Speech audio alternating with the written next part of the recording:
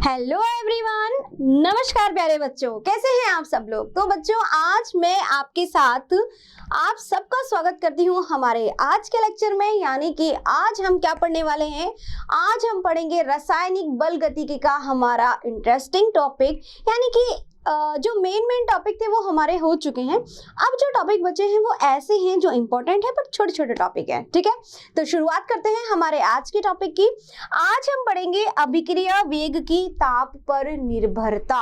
यानी कि आज हम पढ़ने वाले हैं कि अभिक्रिया के वेग को ताप कैसे प्रभावित करता है। देखो बच्चों, हमने सांद्रता का प्रभाव देख लिया। सांद्रता का प्रभाव हमने देखा वेग नियम में, है ना। हमने वेग नियम और अभिक्रिया की कोटि में सांद्रता का प्रभाव हमने स्पेशली किसमें पढ़ा, हमने पढ़ा क्या, अभिक्रिया की कोटि, है ना। प्रथम कोटि, शून्य कोटि, दोनों तरह की अभिक्रियाएं हमने देख ली। अब आज हम क्या जानने वाले हैं, आज हम जानने वाले हैं कि ताप का प्रभाव क्या है। देखो, स्टार्टिंग में ही जब हमने टॉपिक पढ़ा था क्या, अभिक्रिया के वेग को प्रभावित करने वाले कारक। ठीक है, तो अभिक्रिया के वेग को प्रभावित करने वाले कारकों में हमने बहुत सारे कारक पढ़े थे। उसमें मैंने आपको दो इंपॉर्टेंट बताए थे। कौन कौन सा, सांद्रता का प्रभाव और ताप का प्रभाव।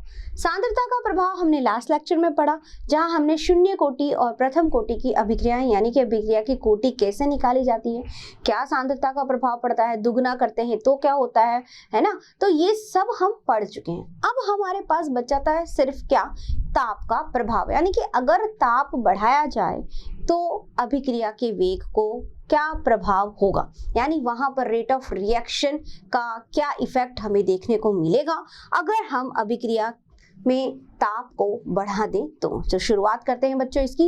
अच्छा, एक इंपॉर्टेंट चीज ये है, इसको शुरू करने से पहले हमें एक बहुत इंटरेस्टिंग टॉपिक पढ़ना पड़ेगा पहले। वो क्या है, वो है हमारा संक्रियण ऊर्जा। यानी कि आज हम क्या पढ़ेंगे, सबसे पहले संक्रियण ऊर्जा के बारे में जानेंगे, उसके बाद हम ताप का प्रभाव समझेंगे। ठीक है बच्चों, तो शुरुआत करते हैं हमारे आज के टॉपिक की, संक्रियण ऊर्जा के साथ में। ठीक है, यानी कि शुरुआत करते हैं संक्रियण ऊर्जा का। अब संक्रियण ऊर्जा क्या होती है, देखिए, मान लीजिए कोई भी अभिक्रिया होती है, जैसे कि A प्लस B, है ना, क्या बनता है, कोई उत्पाद बनता है हमारा C। ठीक है, अब होता क्या है अभिक्रिया में क्या होगा, बंध टूटेंगे और नए बंध बनेंगे, यही हमने देखा था, है ना।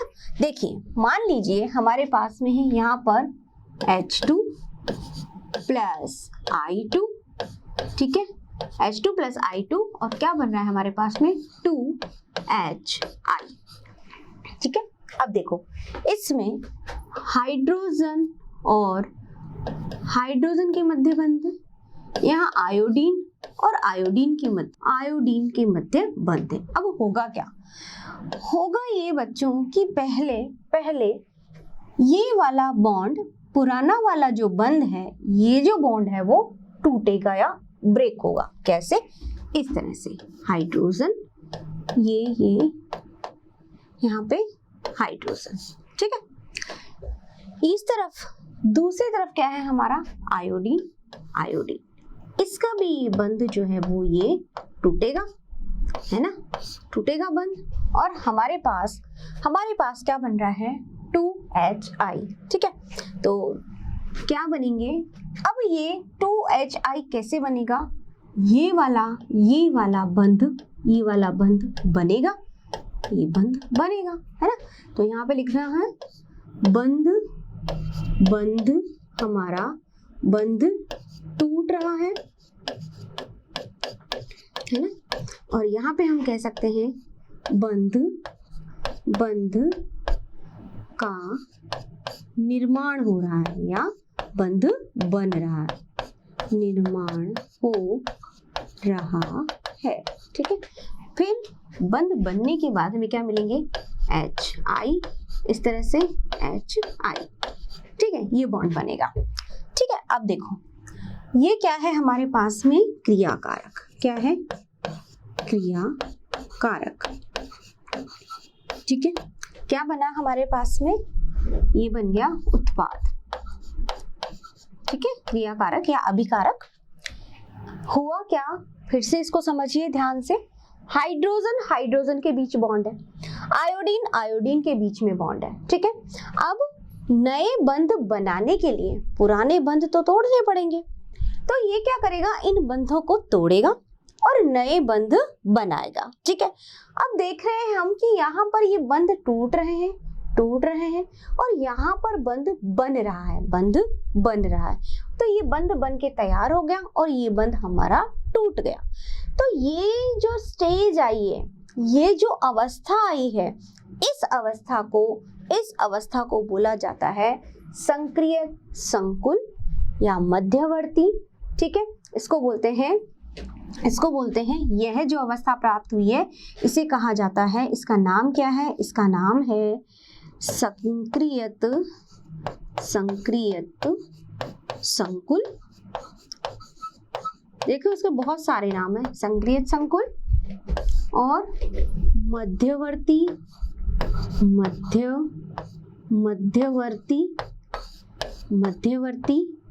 ठीक है, मध्यवर्ती, संक्रियत संकुल, मध्यवर्ती तथा संक्रमण अवस्था,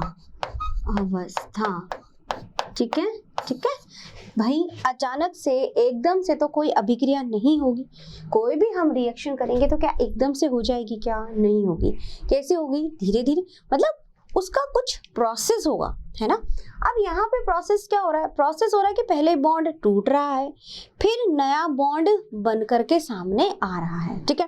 तो पुराना बॉन्ड टूटना और नया बंध बनने की एक ऐसी अवस्था आएगी, एक ऐसी स्टेज आएगी जो अभी दिख रही है। ये ऐसी स्टेज है, ऐसी अवस्था है जहाँ पे हमें बंध बनता हुआ दिख रहा है, हमें बंध टूटता हुआ दिख रहा है, ठीक है। तो इस अवस्था को, इस स्टेज को क्या बोला जाएगा, इसे बोलते हैं संक्रियत संकुल या मध्यवर्ती या संक्रमण अवस्था। तो कुछ समय के लिए ये अवस्था आएगी और हमारे पास में क्या बन जाएगा, उत्पाद बन करके तैयार हो जाएगा, यानी प्रोडक्ट बन जाएगा, ठीक है बच्चों। अब देखो, अब इसमें समझने वाली बात क्या है, समझने वाली बात ये है इसमें कि उत्पाद जितना ज्यादा स्थायी होगा उसकी स्थितिज ऊर्जा उतनी ही कम होगी। यानी कि पोटेंशियल एनर्जी की अगर हम बात करें यहाँ पे, तो उत्पाद की पोटेंशियल एनर्जी जो होगी वो सबसे कम होगी। देखो क्यों, इसका रीजन है, आप बच्चे बताइए। ये तीन अवस्थाएं हमारे सामने, हमारे पास क्रियाकारक है, हमारे पास में मध्यवर्ती अवस्था, हमारे पास में उत्पाद है। तो अगर हम इन तीनों को कंपैरिजन करें तो इन तीनों में हमारे पास सबसे ज्यादा स्थायी कौन है, सबसे ज्यादा स्थायी है हमारा उत्पाद। सबसे ज्यादा स्थायी कौन है, उत्पाद क्या है हमारा, स्थायी है। भाई स्थायी है तभी तो उत्पाद बन रहा है ना, स्थायी है प्रोडक्ट जो रिएक्शन हो रही है। मैंने आपको पहले भी बताई थी ये बात कि अगर कोई स्थायी है, यानी अगर उत्पाद स्थायी है तो कोशिश करेगा ना क्रियाकारक से फटाफट उत्पाद बने, ठीक है। तो यहाँ पर अगर हम तुलना करें तो उत्पाद हमारा सबसे ज्यादा स्थायी हुआ और सबसे कम स्थायी, इन तीनों में अगर देखा जाए तो सबसे कम स्थायी हमारा क्या होगा, मध्यवर्ती। क्यों? क्योंकि यह अवस्था कुछ समय के लिए है, बहुत कम समय के लिए, यानी कि इसे क्या करना है, इसे फटाफट से उत्पाद में परिवर्तित होना है और क्रियाकारक के बॉन्ड तोड़ने हैं। यानी कि ये जो स्टेज हरी, इसमें प्रोसेसिंग चल रही है, ये बहुत कम समय के लिए। भाई ये बंध बनेगा और ये टूटेगा तभी तो उत्पाद बनेगा, है ना। तो इस प्रोसेस के लिए यह अवस्था जो होगी हमेशा तो नहीं बनी रहने वाली, बहुत देर समय के लिए भी नहीं बनेगी, तो यह कुछ समय के लिए थी। इसलिए यहाँ पर ये जो अवस्था है ये सबसे कम स्थायी होगी। यानी कि अगर हम बात करें स्थायी की, ठीक है, अगर हम बात करते हैं किसकी बच्चों, देखो अगर हम बात करते हैं स्थायित्व की, देखो अगर बच्चों हम स्थायित्व की बात करें, किसकी बात करें, स्थायित्व की, है ना। स्थायित्व की अगर हम बात करें तो सब हमारे पास में क्या बन रहा है, हमारे पास बन रहा है उत्पाद, है ना। स्थायित्व की अगर हम बात करें यहाँ पे तो उत्पाद जो होगा वो सबसे ज्यादा स्थायी होगा, ठीक है। उससे कम स्थायी होगा हमारा कौन, क्रियाकारक, क्रियाकारक और क्रियाकारक, ठीक है। और सबसे कम स्थायी होगा हमारा मध्यवर्ती, मध्यवर्ती, मध्यवर्ती, ठीक है, ठीक है। तो हम ये कह सकते हैं कि जितनी ज्यादा स्थितिज ऊर्जा इसकी होगी, यानी कि स्थितिज ऊर्जा, स्थितिज ऊर्जा, ऊर्जा क्या हुई, स्थितिज ऊर्जा होती है, स्थितिज ऊर्जा जो होती है वो होगी व्युत्क्रमानुपाती किसके, स्थायित्व के, किसके, स्थायित्व के, ठीक है। ये होगी स्थायित्व के व्युत्क्रमानुपाती, ठीक है। अब देखो कैसे, इसको हम समझते हैं ग्राफ से। कैसे समझेंगे, ग्राफ से। ग्राफ में हमारा y क्या होगा, स्थितिज ऊर्जा, ये है हमारी ऊर्जा, लिख देती हूँ ऊर्जा, यानी कि पोटेंशियल एनर्जी, स्थितिज ऊर्जा। और यहाँ y अक्ष, x अक्ष पे हमारे पास में है अभिक्रिया निर्देशांक। कौन है, अभिक्रिया निर्देशांक,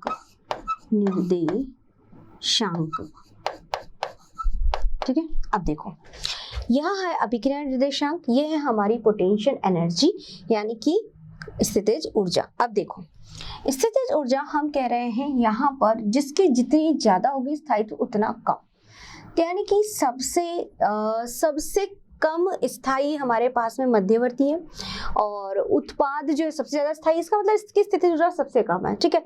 तो यहाँ पर हम लेते हैं तीन चीजें हैं हमारे पास में, क्या है, क्रियाकारक हमारे पास में है, यहाँ लिख देती हूँ, हमारे पास है क्रियाकारक, ठीक है, और हमारे पास में है मध्यवर्ती, और हमारे पास में है उत्पाद, ठीक है, क्लियर। अब मान लीजिए किसी पॉइंट पर उत्पाद की सबसे कम होगी स्थितिज ऊर्जा, है ना, स्थितिज ऊर्जा सबसे कम, क्योंकि सबसे ज्यादा स्थायी है भाई, इसके व्युत्क्रमानुपाती है ना, जितनी ज्यादा स्थितिज ऊर्जा होगी वो उतना ही क्या होगा, कम स्थायी होगा, ठीक है, कम स्थायी होगा। और जितनी कम स्थितिज ऊर्जा की वो उतना ही ज्यादा स्थायी होगा। सबसे ज्यादा स्थायी कौन है, उत्पाद, इसका मतलब इसकी स्थितिज ऊर्जा सबसे कम है। मान लीजिए इस यहाँ किसी पॉइंट पर, ये कोई पॉइंट है, इस पॉइंट पर ये इसकी स्थितिज ऊर्जा है हमारी किसकी, उत्पाद की, ठीक है। यानी ये कोई पॉइंट है, हमने ले लिया इस तरह से, ये, ठीक है। अब मध्यवर्ती की हमारी क्रियाकारक पाया जाता है, चलिए क्रियाकारक की उत्पाद से थोड़ी सी ज्यादा है, किसकी, यहाँ पे मान लीजिए ये हमारा क्रियाकारक है, इसकी ऊर्जा ज्यादा है उत्पाद से, क्योंकि देखो ये स्थायी कैसा है, यह कम स्थायी है, इसकी तुलना में, उत्पाद की तुलना में क्रियाकारक कम स्थायी है, तो इसकी स्थितिज ऊर्जा का मान ज्यादा है ना, और उत्पाद का कम है भाई, कि जितना कम मान होगा वो उतना ही ज्यादा स्थायी होगा ना। अब मध्यवर्ती के लिए हमारे पास में है सबसे मध्यवर्ती, यहाँ पे अगर हमने यहाँ पे लिए, इसको बढ़ा देते थोड़ा सा, मान लीजिए ये यहाँ पर आकर के ये हमारे मध्यवर्ती के लिए, अब इसका अगर हम ग्राफ प्लॉट करेंगे तो कैसा होगा, ये हमारा क्रियाकारक है, ये उत्पाद बन रहा है यहाँ पर, ठीक है। तो यहाँ से हम इसको ऐसे ले सकते हैं, कैसे, ये ऐसे क्रियाकारक, ये मध्यवर्ती, और ये हमारा हो गया उत्पाद, ठीक है। तो ये है हमारा यहाँ पर ये है क्रियाकारक, रिएक्टेंट एंड देन प्रोडक्ट, ठीक है। और ये क्या है हमारे पास में, यहाँ पर ये है हमारा संक्रियत संकुल या मध्यवर्ती। तो देखो अब यहाँ पे जब हमने ये ग्राफ प्लॉट किया तो हमने यहाँ पे देखा कि यहाँ पे क्रियाकारक के लिए यहाँ पे स्थितिज ऊर्जा का मान उत्पाद की तुलना में ज्यादा है, और सबसे ज्यादा किसके लिए आ रहा है, मध्यवर्ती या संक्रियत संकुल के लिए आ रहा है, ठीक है। फिर क्या बन रहा है, हमारा प्रोडक्ट बन रहा है। तो इस तरह से अब यहाँ से यहाँ तक जाने के लिए, इस संक्रिय संकुल तक जाने के लिए जो ऊर्जा हमें चाहिए, जो एनर्जी हमें चाहिए, वही हमारी क्या है, संक्रियण ऊर्जा। क्या है, संक्रियण ऊर्जा। आई मेरी बात समझ में? भाई कुछ ऊर्जा तो इसके पास में है, अभिकारक के पास में। अब उत्पाद बनाने के लिए यहाँ तक पहुंचना जरूरी है, संक्रिय संकुल तक पहुंचना जरूरी है। अब यहाँ से यहाँ तक के लिए जो ऊर्जा, जो एनर्जी रिक्वायर्ड है क्रियाकारक को, यानी कि अभिक्रिया के संपूर्ण होने के लिए, या हम कह सकते हैं अभिकारक से उत्पाद बनाने के लिए, वह न्यूनतम ऊर्जा जो अभिकारक को चाहिए संक्रिय संकुल बनाने के लिए क्या होगा, वो कहलाएगी उसकी संक्रियण ऊर्जा। ठीक है, तो हम कह सकते हैं वह न्यूनतम ऊर्जा, वह न्यूनतम अभिकारक की वह न्यूनतम ऊर्जा, या अभिकारक को जो ऊर्जा चाहिए, हम कह सकते हैं वह न्यूनतम ऊर्जा जो जरूरी है सक्रियण संकुल के निर्माण के लिए, क्या कहलाती है, संक्रियण ऊर्जा। तो हम कह सकते हैं तो संक्रियण ऊर्जा क्या हुई बच्चों हमारे पास में, संक्रियण ऊर्जा बराबर हम क्या लिखते हैं, वह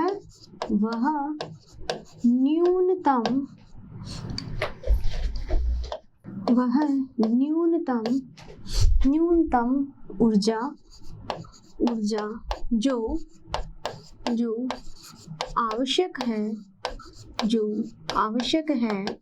आवश्यक है किस चीज के लिए, संक्रिय संकुल निर्माण के लिए, जो आवश्यक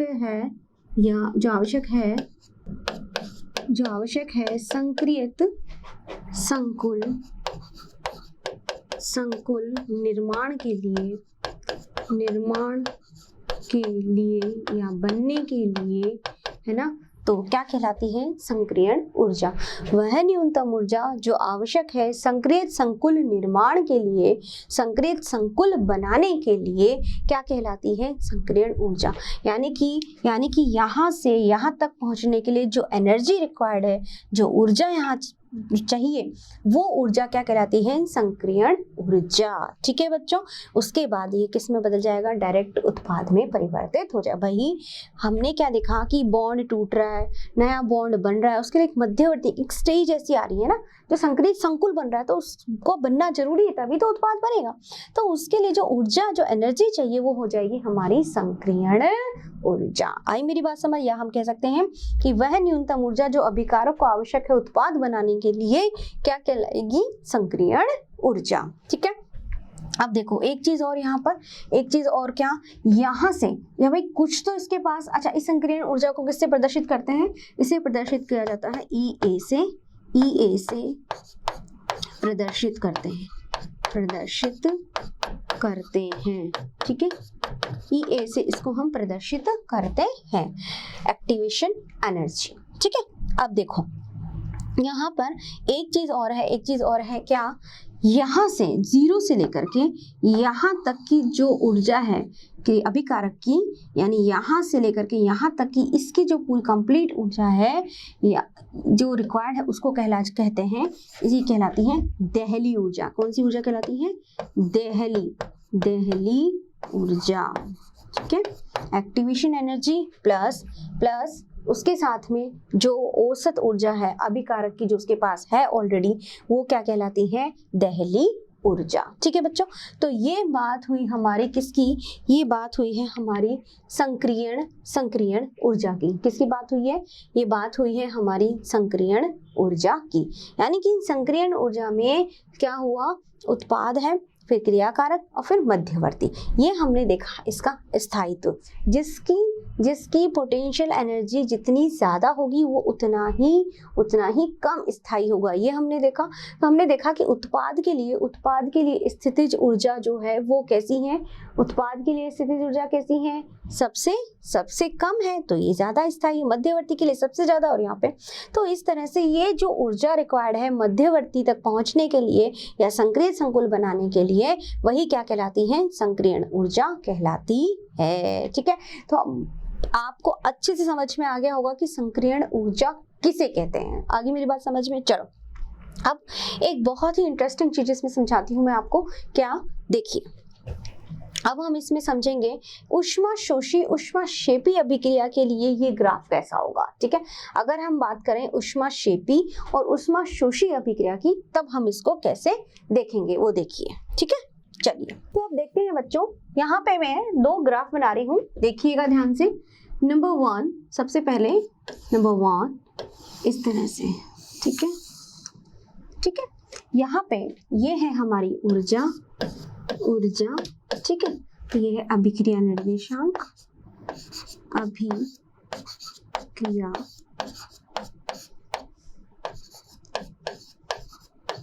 निर्देशांक, ठीक है। चल, ये है हमारी x एक्सिस, ये है y, ठीक है। अब यहाँ पे हमारे पास में अभिकारक r, r जो है अभिकारक जो है ये r है, यहाँ पे r अभिकारक, ठीक है। और उत्पाद की ये यहाँ पे हमारा ये है प्रोडक्ट, उत्पाद। तो अभिकारक की ऊर्जा हमारी उत्पाद की ऊर्जा से ज्यादा है, ठीक है। यानी कि ये रही इसकी ऊर्जा, ठीक है। तो यहाँ पे ये है रही हमारी इसकी ऊर्जा। तो यहाँ से यहाँ के लिए ये है हमारा क्या, मध्यवर्ती, यानी कि ये क्या है, मध्यवर्ती, मध्यवर्ती, ठीक है। अब देखो क्या समझ में आ रहा है, क्रियाकारक की ऊर्जा यहाँ पे ज्यादा है, अभिकारक की ऊर्जा इससे कम है, ठीक है। तो यहाँ से यहाँ तक आपने देखा होगा कि यहाँ ऊर्जा इसमें क्या होगी, ऊर्जा मुक्त होगी, ऊर्जा मुक्त होगी, यानी ऊर्जा रिलीज होगी। भाई हमारे पास में क्रियाकारक के पास एनर्जी ज्यादा है, तो उत्पाद बनने के लिए यहाँ पर एनर्जी की जरूरत कम है। तो मध्यवर्ती यहाँ से यहाँ तक की ये हमारी क्या है, संक्रियण ऊर्जा, ये क्या है, संक्रियण ऊर्जा। तो यहाँ पर जब क्रियाकारक की ऊर्जा ज्यादा है और उत्पाद की ऊर्जा कम, इसका मतलब कुछ ऊर्जा यहाँ पे क्या होगी, रिलीज होगी, मुक्त होगी। तो यहाँ पर डेल एच का मान हमारा क्या हो जाएगा, नेगेटिव। डेल एच क्या हो जाएगा, नेगेटिव। और अभिक्रिया क्या होगी, ये अभिक्रिया होगी ऊष्माक्षेपी। कौन सी होगी ये, यहाँ लिख देती हूँ, ये हुई हमारी ऊष्माक्षेपी। कौन सी, ऊष्माक्षेपी, ठीक है। तो यहाँ पे हमने देखा कि अभिकारक की ऊर्जा ज्यादा है, उत्पाद की ऊर्जा कम है, ठीक है। तो जब अभिकारक से यहाँ उत्पाद बन रहा है, यानी कि कम ऊर्जा की आवश्यकता है, उस केस में उत्पाद बन जाएगा। तो यहाँ पे अभिकारक के पास तो बहुत ज्यादा ऊर्जा है, तो ये कुछ अमाउंट ऊर्जा का यहाँ रिलीज होगा, नहीं कि ऊर्जा की हानि हुई। तो इस केस में यहाँ पर डेल एच जो होगा वो हमारी एंथैल्पी क्या होगी, नेगेटिव होगी, यानी कि अभिक्रिया क्या हुई है, ऊष्माक्षेपी अभिक्रिया हुई है, ठीक है। और वहीं पे अगर हम ऊष्माशोषी के लिए देखें, देखो अगर हम बात करते हैं किसकी, ऊष्माशोषी की, देखो कैसे होगा, ये हमारा है अभिक्रिया निर्देशांक, ठीक है। और यहाँ पे ये क्या हुई हमारी ऊर्जा, ठीक है। अब यहाँ पे हमारे पास क्रियाकारक, यहाँ पे हम मानते हैं ये है हमारा R क्रियाकारक, और यहाँ पे हमारा है P प्रोडक्ट, उत्पाद। तो यहाँ से यहाँ इसकी एनर्जी ये रही, ठीक है। तो यहाँ से ये उत्पाद यहाँ पे बन गया, ठीक है। ये क्या हो गया, ये संक्रियण ऊर्जा, एक्टिवेशन एनर्जी, ठीक है, ये क्रियाकारक की ऊर्जा।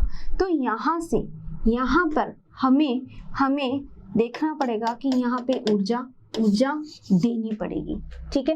तो यहाँ पे ऊर्जा क्या हो रही है, ऊर्जा देनी पड़ रही है। तो ये क्या हुआ, ये अब यहाँ पे हुआ डेल एच हमारा पॉजिटिव, डेल एच कैसा हुआ यहाँ पे, पॉजिटिव। और यह अभिक्रिया क्या हो गई हमारी, ऊष्माशोषी, ठीक है। तो ये ग्राफ जब हमने यहाँ पे देखा, हमने देखा किसके लिए, ऊष्माशोषी और ऊष्माक्षेपी अभिक्रिया के लिए। तो ऊष्माक्षेपी हमने देखा यहाँ पे ऊर्जा मुक्त की, अभिकारक की ऊर्जा ज्यादा है कंपैरेटिवली उत्पाद के, तो ऊर्जा रिलीज होगी। और यहाँ पे अभिकारक की ऊर्जा जो है वो कम है उत्पाद की तुलना में, तो यहाँ पे ऊर्जा देनी पड़ेगी, इसको देनी पड़ेगी। तो ये क्या होगी, ऊष्माशोषी, डेल एच क्या हो गया इसके लिए, पॉजिटिव। तो इस तरह से देखिए मध्यवर्ती हम कह सकते हैं एक्टिवेशन एनर्जी यानी EA वह ऊर्जा है जो कि किसके लिए आवश्यक है, मध्यवर्ती बनाने के लिए। तो आर्हेनियस ने ये कहा था कि जब अणुओं के बीच में यानी कणों के बीच में जो टक्कर होगी, है ना, टकराएंगे आपस में, उसके बाद में ही हमारे पास में प्रोडक्ट या उत्पाद बनेगा। ठीक है, तो उसके लिए जब प्रोडक्ट या उत्पाद बनेगा, टक्कर होगी, तो यहाँ पे किसका निर्माण होगा? मध्यवर्ती का। और मध्यवर्ती को बनाने के लिए जो ऊर्जा चाहिए वह क्या कहलाएगी? संक्रियण ऊर्जा। ठीक है, तो इस तरह से यहाँ पर ये मध्यवर्ती निर्माण के लिए यहाँ पे ये जो ऊर्जा चाहिए क्या कहलाएगी? संक्रियण ऊर्जा, एक्टिवेशन एनर्जी। ठीक, इसी तरह से यहाँ पर भी मध्यवर्ती निर्माण के लिए ये ऊर्जा जो होगी वो ज्यादा रिक्वायर्ड होगी, तो ये क्या कहलाएगी? Activation energy. ठीक है बच्चों, तो इस तरह से हमने देखा कि अभिकारक के बाद में एक तो खुद अपनी ऊर्जा, उसके बाद हमें ऊर्जा और चाहिए वहां पे मध्यवर्ती बनाने के लिए। तो यहाँ पे देखो ऊर्जा ज्यादा है, मध्यवर्ती बन जाएगा, उत्पाद भी बन जाएगा, उसके अलावा एनर्जी रिलीज भी हो जाएगी। लेकिन यहाँ पर एनर्जी जो है वो एक्टिवेशन देखो कितना ऊंचा करने के लिए यहाँ पर एनर्जी देनी पड़ेगी उत्पाद बनाने के लिए। ठीक है, तो ये अभिक्रिया होगी ऊष्माशोषी। यहाँ पे डेल एच का मान होगा पॉजिटिव और यहाँ डेल एच का मान हमारा होगा क्या? नेगेटिव। तो एक्टिवेशन एनर्जी क्या है? संक्रियण ऊर्जा, वह न्यूनतम ऊर्जा जो कि आवश्यक है मध्यवर्ती बनाने के लिए। ठीक है बच्चों, तो मध्यवर्ती बनाने के लिए जो ऊर्जा रिक्वायर्ड है वही क्या कहलाती है? संक्रियण ऊर्जा। ठीक है, आर्हेनियस ने बताया कि क्या बताया कि अणुओं में टक्कर होती है और उसके मध्य में क्या बनता है? एक मध्यवर्ती बनता है और उसके लिए जो ऊर्जा चाहिए वह संक्रियण ऊर्जा है। ठीक है, तो ये हमारी बात हुई किसके लिए? ये बात हुई हमारी संक्रियण ऊर्जा, एक्टिवेशन एनर्जी के लिए। अब आपको ताप का प्रभाव फटाफट से समझ में आएगा। ये चीजें समझ में आ गई यहाँ तक? चलिए अब हम पढ़ेंगे क्या? अब हम पढ़ेंगे बच्चों ताप का प्रभाव। यानी संक्रियण ऊर्जा समझ ली, अब अभिक्रिया के वेग की हम करेंगे ताप पर निर्भरता, यानी किस तरह से यह ताप पर निर्भर करता है अभिक्रिया का वेग, उसको हम समझेंगे। ठीक है, तो बच्चों ताप का प्रभाव समझने के लिए हम लेते हैं एक अभिक्रिया। कैसे? हम अभिक्रिया लेते हैं N2O5 का वियोजन। ठीक है, मान लीजिए ये है N2O5 का अगर वियोजन करें, N2O5 का वियोजन तो हमारे पास क्या बनता है? यानी कि N2O5 उसका वियोजन करने पे होगा NO2 प्लस O2। ठीक है, इस तरह से हमें अभिक्रिया मिलेगी। अब देखो इस अभिक्रिया को अगर 0 डिग्री सेंटीग्रेड सेल्सियस पर किया जाए तो यह होती है कितनी? 10 दिन लेती है। अभिक्रिया पूर्ण होने में कितना समय लगता है? 10 दिन का समय लगता है अगर 0 डिग्री सेल्सियस पे इसको किया जाए। और वहीं पर अगर हमने इसका ताप बढ़ा करके कर दिया 25 डिग्री सेल्सियस, तब उस केस में यह अभिक्रिया हो जाएगी सिर्फ 5 दिन में। कितने दिन में कंप्लीट हो जाएगी? 5 दिन में। ठीक है, अगर हमने बढ़ा दिया 50 डिग्री तब अभिक्रिया हो जाएगी मात्र 12 मिनट में। ठीक है, इसका मतलब जब हम ताप बढ़ा रहे हैं तो अभिक्रिया का वेग प्रभावित हो रहा है, यानी कि अभिक्रिया का वेग जो है वो क्या हो रहा है? बढ़ रहा है। कैसे? देखो मान लीजिए कोई अभिक्रिया, इसको छोड़ो, मान लीजिए कोई अभिक्रिया है ए कोई अभिक्रिया है और उससे बन रहा है हमारा उत्पाद बी। ठीक है, जब हमने ताप हमने कितना किया? हमने किया 0 से 10। कितना ले आए? 10 डिग्री। ठीक है, तो अभिक्रिया का जो हमें वेग मिला वो कितना मिला? वो हमें मिला, जब हमने 0 से 10 डिग्री सेंटीग्रेड यहाँ पे सेल्सियस किया ताप, तो हमें क्या मिला? हमें जो मिला वो मिला अभिक्रिया का वेग देन मोल पर लीटर सेकेंड। ठीक है, मोल पर लीटर सेकेंड। अब इसको अगर हमने कर दिया 20 डिग्री, कितना कर दिया? 20 डिग्री, फिर हमें मिला कितना? 20 यानी डबल 20 मोल पर लीटर सेकेंड। ठीक है, फिर हमने अगर इसको किया कितना? हमने इसको और 10 डिग्री यानी 30 डिग्री, तो क्या मिला? इसका दुगना यानी कि 40 मोल पर लीटर सेकेंड। ठीक है, अगेन फिर हमने इसको 40 डिग्री किया, तब हमारे पास में क्या मिला? हमें मिलता है 80 मोल पर लीटर सेकंड। यानी कि कहने का मतलब है कि जैसे जैसे हम ताप बढ़ा रहे, ताप कितना बढ़े 10 डिग्री, 10 डिग्री ताप बढ़ाने पर अभिक्रिया का वेग क्या हो रहा है, दुगना हो रहा है। अभिक्रिया का वेग क्या हो रहा है, दुगना हो रहा है। यानी कि 10 डिग्री ताप बढ़ाने पर अभिक्रिया का वेग जो है वो दुगना हो जाता है। ठीक है, ठीक है। तो हमें यहाँ देखा कि जैसे जैसे हमने ताप बढ़ाया, ताप बढ़ाने पर अभिक्रिया का वेग भी बढ़ गया। कितना, 10। तो हम इसको कहते हैं क्या, ताप गुणांक। क्या कहते हैं, ताप गुणांक। तो ताप गुणांक का मतलब क्या हुआ, ताप गुणांक। ताप गुणांक क्या क्या मतलब हुआ बच्चों, यहाँ पे 10 डिग्री सेल्सियस ताप बढ़ाने पर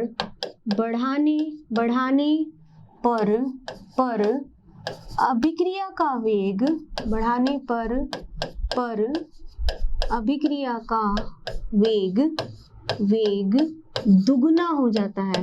वेग दुगना हो जाता है। ठीक है, इसको कैसे प्रदर्शित करेंगे, तो अब हम इसे कैसे लिखेंगे, कैसे प्रदर्शित करेंगे, इस तरह से। क्या हुआ हमारा यहाँ पर के डिग्री सेंटीग्रेड प्लस, इसको कर दिया जाए 10 डिग्री बढ़ा दिया जाए, तो हमारा जो यहाँ पे डिग्री सेंटीग्रेड पहले ये था, हमने 10 बढ़ा दिया तो दर क्या हो गई इसकी, दुगनी। दर क्या हो गई, दुगनी।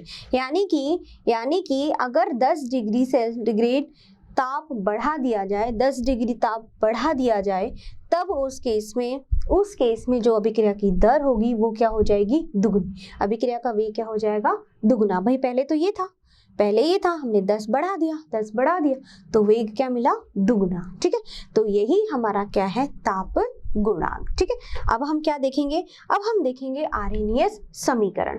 आर्हेनियस समीकरण क्या है, आर्हेनियस समीकरण बताता है ताप का वेग स्थिरांक के साथ संबंध। ठीक है, अब हम बात करेंगे किसकी, आर्हेनियस समीकरण की।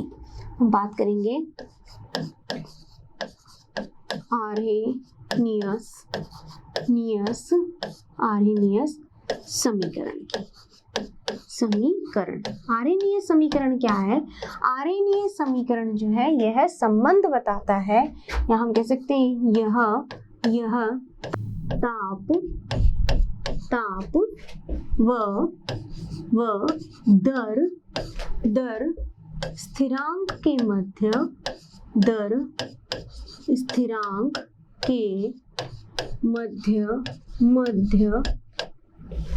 संबंध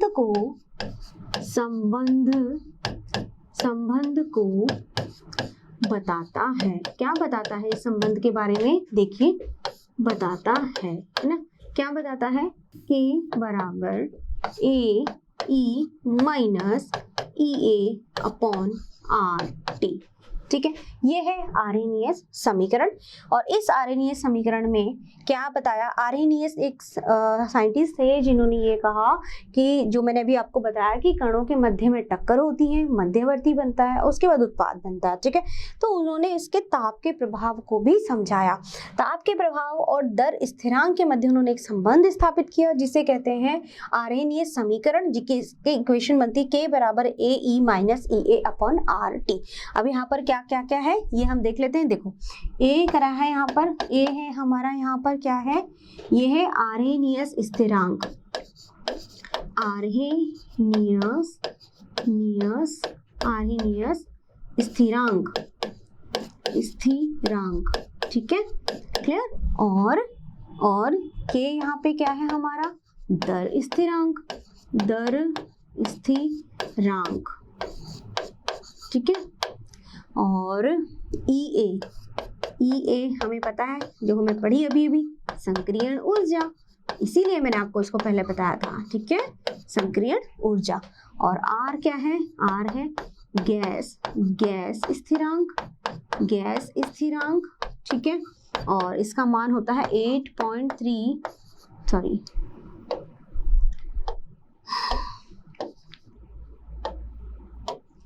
0.314 जूल पर किलो मोल, ठीक है। और T यहाँ पर क्या है, ताप है, जो कि किस में रहता है, केल्विन में, केल्विन में, ठीक है, ठीक है। चलिए, तो ये हमारा हो गया K बराबर AE minus EA upon RT। तो ये हमारा है आर्हेनियस समीकरण, और इस समीकरण में हम ताप और K के मध्य संबंध स्थापित होता है। ये वैल्यू हमें यहाँ पे दी हुई होती है, और इससे हम इजीली क्वेश्चन जो है वो सॉल्व कर सकते हैं, ठीक है बच्चों। तो ये बात हुई हमारी आर्हेनियस समीकरण, आर्हेनियस इक्वेशन की। आर्हेनियस इक्वेशन ने ये संबंध स्थापित किया और बताया कि K बराबर AE minus EA upon RT, ठीक है बच्चों। तो ये थी आज की हमारी सारी बातें, किसके बारे में, ये था हमारा ताप का प्रभाव, यानी कि ताप को जब 10 डिग्री सेंटीग्रेड बढ़ाया तो दर जो थी वो क्या हो गई, दुगनी हो गई। देखो ऐसा होता क्यों है, ऐसा इसलिए होता है, उसका रीजन ये है कि अणु के मध्य टक्कर हो रही है ना। तो जो अणु टक्कर कर रहे हैं, जिनकी ऊर्जा ज्यादा है, तो अब हमने क्या किया, जब ताप बढ़ाया तो और वो अणु और ज्यादा बढ़ गए, है ना भाई। कोई अभिक्रिया हो रही है, उस अभिक्रिया में जो अणु है अलग अलग, उन सबकी अलग अलग ऊर्जा है, और जिनकी सबसे ज्यादा ऊर्जा होगी वो आपस में फटाफट टक्कर करेंगे और उत्पाद बनाएंगे। अब ताप बढ़ाने पर क्या हुआ, ताप बढ़ाने पर ऐसे कण जिनकी ऊर्जा ज्यादा है उनकी संख्या और ज्यादा बढ़ जाएगी, है ना। टेम्परेचर बढ़ा रहे हैं, टेम्परेचर दे रहे हैं, तो ऐसे अणु, ऐसे कण और ज्यादा बढ़ जाएंगे, जिनके मध्य टक्कर होगी तो हमें उत्पाद मिलेगा फटाफट से। तो कहने का मतलब है, इसलिए जो दर हो गई वो क्या हो गई, दुगनी हो गई। यानी कि 10 डिग्री ताप हमने बढ़ाया तो ताप बढ़ाने पर दर दुगनी हो गई, ठीक है। तो यह समझाया फिर आर्हेनियस समीकरण से, और समीकरण क्या बताता है, दर, स्थिरांक और ताप के मध्य संबंध को इसने स्थापित किया, ठीक है बच्चों। अच्छा, तो बच्चों हमें पता है क्या कि ROR वेग बराबर क्या है हमारा K R, यानी क्रिया कारक जो है उसकी पावर n।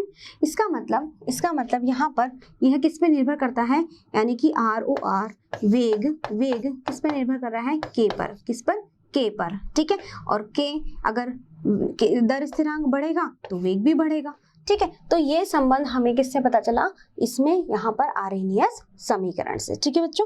तो ये सारी बातें थी हमारे किसके बारे में, आर्हेनियस समीकरण के बारे में। तो आज का हमारा लेक्चर यहीं खत्म हुआ। आशा करती हूँ आपको बहुत अच्छे से समझ में आया होगा। जो भी मैंने आज आपको बताया और समझाया बहुत इजी था, ऐसा कुछ भी नहीं है इसमें टेंशन लेने वाला, ठीक है। तो आराम से पढ़िए, आराम से समझिए इसको, जो भी हमने पढ़ा, और फिर भी आपको लग रहा है तो आप मोशन लर्निंग ऐप डाउनलोड करिए और वहाँ से क्वेश्चंस और DPP ले लीजिए, ठीक है बच्चों। तो आज के लिए इतना ही। थैंक यू एवरीवन, धन्यवाद। आशा करता हूँ हमारे टॉप एजुकेटर का ये लेक्चर आपको पसंद आया होगा।